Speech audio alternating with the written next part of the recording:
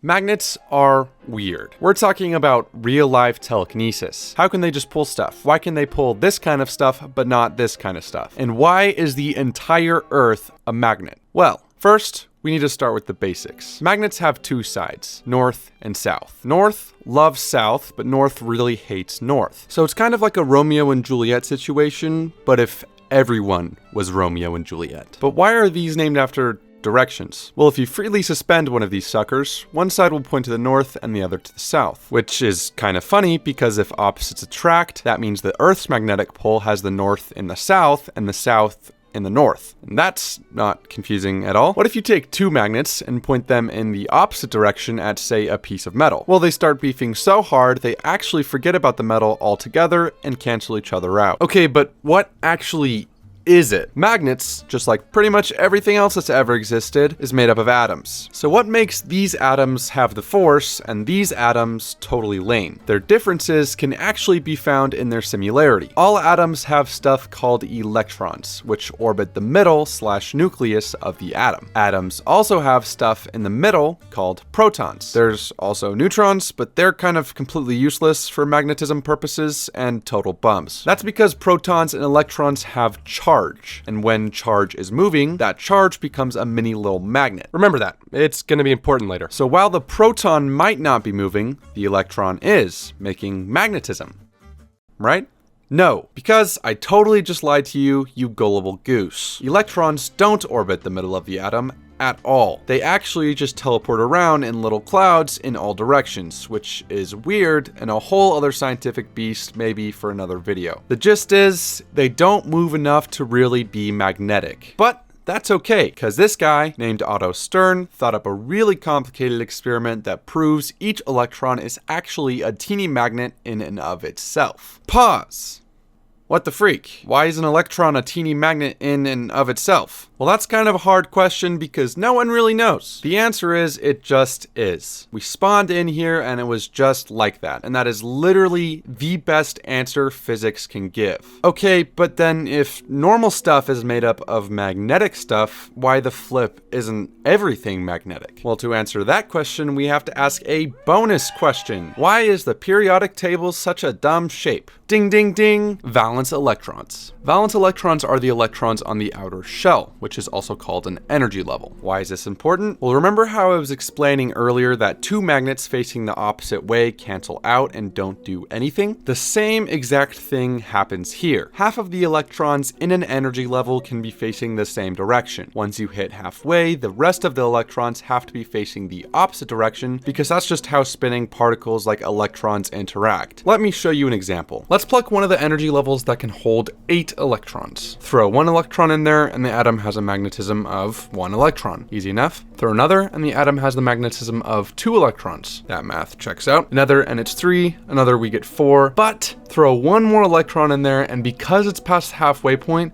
the electron faces the opposite direction, canceling out the other electrons. So now your atom only has the magnetism of 3 electrons. Throw in another and you get 2, down to 1, fill it all the way and your atom is no longer magnetic at all. So that means atoms with almost full or almost empty energy levels have pretty much no magnetism, which in turn means that stuff made up by these atoms in the periodic table are not even capable of being significantly magnetic. And we're left with this stuff. You might have noticed some of this stuff isn't even metal, let alone magnetic. That's because thus far we have only discussed the magnetism of a single atom, which, surprise, surprise, is basically nothing. You need a lot of magnetic atoms pointing in the same direction in order to have any sort of magnetism at all, which means all of these nearby atoms have to cluster and work together. These clusters/crystals fall under one of two categories: ferromagnetic and antiferromagnetic, aka yes magnetism and no magnetism. Again, back to basic magnetic principles. Ferromagnetic crystals have the atoms all facing the same way, while atoms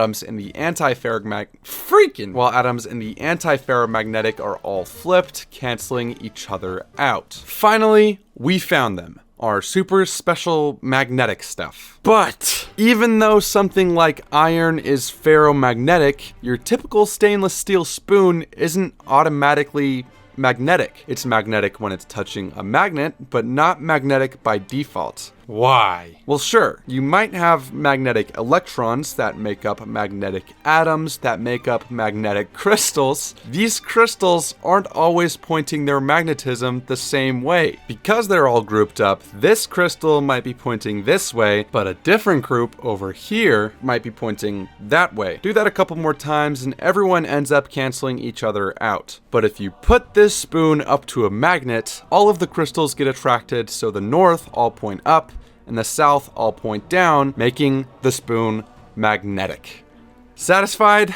But what about the permanent No, I'm not doing that. But what about the permanent magnet that is touching the spoon? Or the magnets on the fridge? Those are always magnetic. Alright, listen here, pal. We're gonna take one of your beloved ferromagnetic materials and absolutely torch them. Then we're gonna shock them with electricity, and then, oh hey, it's permanently magnetic. What? Well, it makes a lot more sense when you know how electromagnets work. Remember when I said moving electrons make a magnetic field? And then I was like, electrons don't move though. Well, while they don't move in the atom, they do move from atom to atom, which is what you would call electricity. So throw an electric current in a wire and that wire will have a little magnetic field. Super weak one, but if you coil it around a ferromagnetic material, like an iron nail, the wire is strong enough to pull all of those little groups of atoms in the nail to one direction, making an electromagnet. Stay with me here. If you want to make a permanent magnet out of, say, that nail, first you need to heat that nail up to a very specific and very high temperature. Why? Well, when you heat up atoms, they move. You can think of this like loosening up all of the magnetic groups of atoms and where they are pointing. Now that it's loose, we just need to get them to all point the same way. If you tried doing this with an already permanent magnet, that magnet would just heat up before even getting to your nail, become loose itself, and lose its own magnetism. That's where electromagnetism comes in. Instead of using permanent magnets, we pump that nail with a fat electric current, and that current is going to align the groups of atoms all in one single direction. As the magnet cools, the clusters of atoms tighten and cement in place, maintaining the magnetism. Boom.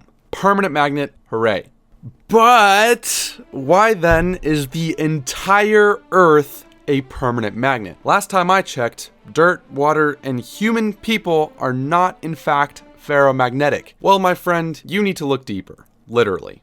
About 5,000 to 6,000 kilometers deeper. Under the Earth, you will find a ginormous molten iron core. But iron isn't inherently magnetic. We gotta do all this stuff to make it magnetic, right? Well, Earth is pretty much just doing all that stuff on its own. Earth's spinning causes swirling whirlpools in its core, and the constant sinking and rising in different densities of iron within the core all make this flow of metals that produces electric currents. And as we know, electric currents plus ferromagnetic metal such as iron equals magnetism. And boom, that's how you get the Earth magnet. But we don't just give the Earth magnets away here. That's going to cost you one subscribe. And I'll just flip this screen here for you. So yeah.